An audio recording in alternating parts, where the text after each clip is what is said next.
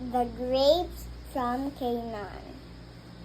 So God said to Moses that spy in the Canaan if what people are that is it's strong or it is the soil, what soil it is, and the people will sing in the tent like that. And God said to Moses, so Moses spied it, and when Moses go back, there's a grape that you need 2 mans that will carry it, and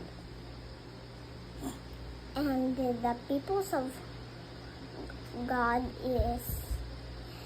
is whining again because they want to go to the Canaan, but the peoples on Canaan is so strong, and that they're whining that they are bigger than them. For them they are a grasshopper, and so